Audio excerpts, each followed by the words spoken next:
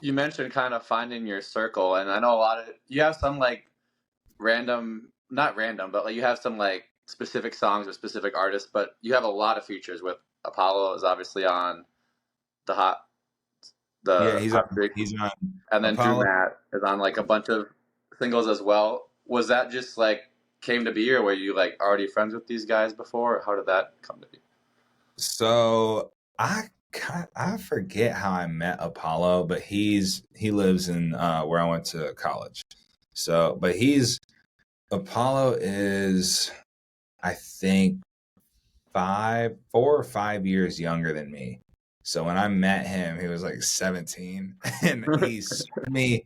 I think I either sold him a ticket to my show or he sold me a ticket to his show. But I drove at the time he lived like 25 minutes north of the city, and I went out there, and I like, to me, like a 25-minute drive was kind of far away. So I was like, well, I'm already out here. He said something about like getting food, and I was like, oh, I'm hungry, and so we went to eat at a Wendy's. And yeah, he's just one of those people where I make friends.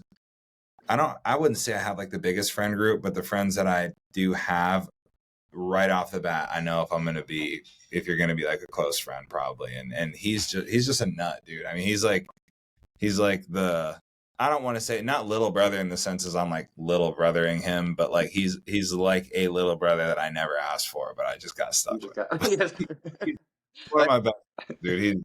He's just a super sweet dude, awesome guy, and like anytime we talk, I mean, we FaceTime like every other day, and we rarely talk about music. He's like an actual really good friend of mine. Same with Drew. I ended up meeting Drew um, on Instagram, and we ended up living together for 2.5 years in LA. And I mean, the dude's got the voice of a baby angel, so it's like with the guy. I So, need a but hook. He's the man. He's the man for the hooks. yeah, yeah, he's the guy. Mr. Hooks is what they call him. But yes, I don't work with a lot of people, which is actually something that I need to change. It's something I'm actively working on, like trying to reach out to newer artists and whatnot. But um, newer artists in the sense of people I haven't worked with, which is basically everyone else aside from the 3 or 4 people I have. But I think something that's going to hopefully take me to the next level is finding other artists that are in and around, if not further like past where I'm at in career wise. And it's just hard though. It's hard finding music I like, and it when it comes to working with someone, I really gotta gel with them to work. But I gotta start. I don't know if it's like a good or bad thing. Looking at shit politically, I'm not a big fan of it. But it does make sense. So I don't know if I'll ever go that route. But I haven't worked with a lot of people for a reason. It's just I don't really listen to that many artists. But maybe I should. Maybe I should start listening to more people and seeing like who's really out there. If you had to pick like three dudes like right now, if you don't listen to Mike, you're in trouble. But no. I get recommended. I get spanked. Yeah. Um, 3 guys right now. Definitely Mike. He's a dream feature of mine. I would say Mike. Would love to work with Quinn 92. And I think me and Arizona Zervis could do a dope song together too. I mean, there's a song. I mean, if I'm really shooting, for the moon, I would love to work with Russ. Yeah. Um, but I mean, even like Russ, Mike, Quinn, those people are just. I don't want to say they're out of reach right now because really, at the end of the day, I bet a lot of people are like me in the sense if you bring them like a cool song, they're like, oh yeah, if I don't give a fuck where you're at in your career, I'll work with you. Um, but just looking at the numbers, I'm like, fuck, dude. They've been doing it a lot longer than me, and they're just further along. So I'm like, man, they wouldn't give little old me the time of day. But I could, who knows? Maybe I'm wrong.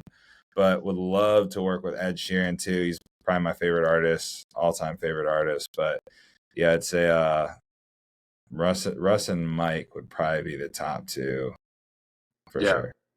Yeah. You kind of talk about like people being in reach of where you're at right now, and something that I thought was really interesting is like, you know, you're like where you're set now is like the opposite of what I see. And like a lot of artists, I'll go on like their social media and they'll be at like 100K followers. And I actually didn't even realize this till I was preparing for this interview. And I was like, how is like you musically, you are like way past these, a lot of artists that have way more followers on social media, but you've gotten people to come to your product without doing, I mean, you are doing the social media thing. I'm not saying you're not doing the social media thing, but Yeah.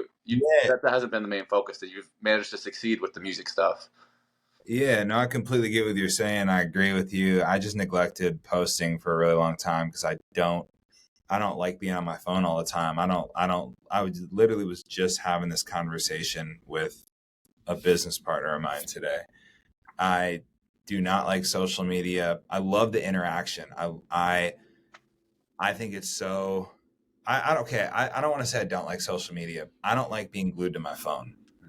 I love the interaction and being able to get to respond to anyone who comments or DMs me about, listening to my tunes or something like that. I try to respond to everybody. I pride myself on at least giving them like a, hey, thanks, I appreciate you listening, something like that. Because a couple artists that I really look up to have done that to me in the past earlier on, and it just made my day.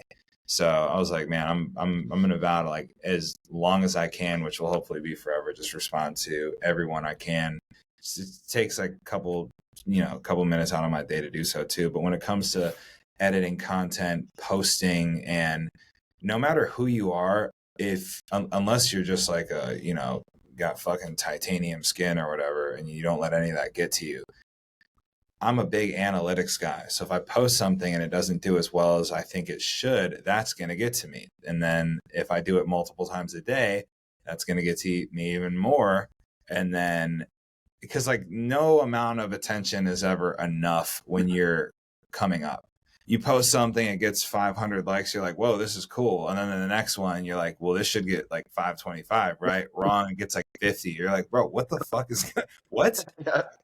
It's like, oh, it's the algorithm. So I'm supposed to fucking understand a computer? Like, that's like way smarter than me. I can't do that. So it's a lot of little shit. But my buddy, he was basically saying, like, just, stop paying attention to the numbers and just upload. That's all you can do. And as long as your follower count is growing up, fuck the likes. Who cares?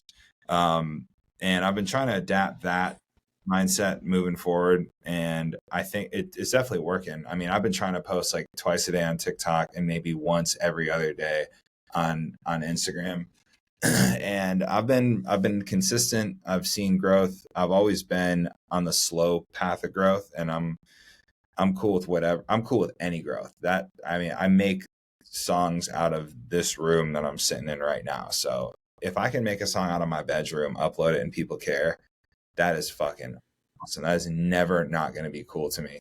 Now, I should have been posting on social media starting like 2018, 2019, and actually I was dumb for not seeing how important it would actually become.